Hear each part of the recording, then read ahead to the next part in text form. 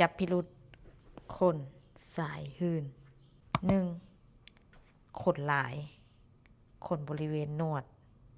ขนมือขนแขนขนขา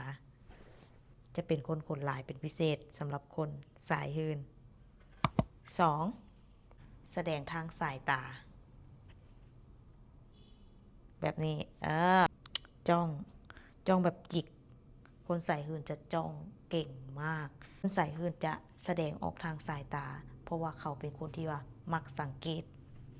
เขาจะสังเกตทุกนิ้วทุกตารางที่เจ้าปฏิบัติ 3. มักกัดปากแบบนี้เวลาเห็นอีหยังที่อยากได้หรือว่าเห็นอีหยังที่ยั่วยวนนะมักกัดปากแบบนี้ไปเลย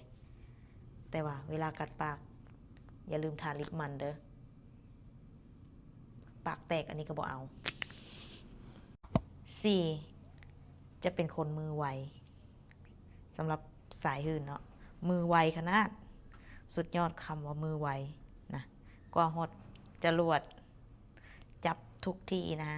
สำหรับคนสายหื่น 5. คนสายหื่นจะบ่มักปากและก็บ่มักแสดงตัว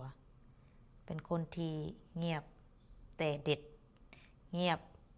แต่จัดเงียบแต่หื่น 7. เป็นคนที่มักสังเกตการทุกอย่างบอกว่าเจ้าจะเฮ็ดหยังพฤติกรรมใส่สุดหยังสันสิเขาจะสังเกตเจ้าทุกนิ้ว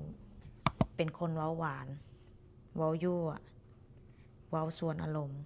โน้มน้าวเฮ็ดให้เฮาหลงคนสายหื่นจะปากหวานมากแต่จะบ่ค่อยเว้าหลายอยากรู้เคล็ดลับดีๆแบบนี้อย่าลืมกดแชร์กดไลค์และติดตามเพจเด้อเดี๋ยวสิมาแจกสูตรเรื่อยๆอย่าลืมใส่ลิปมันเด้อปากแตกเขาบ่มักได้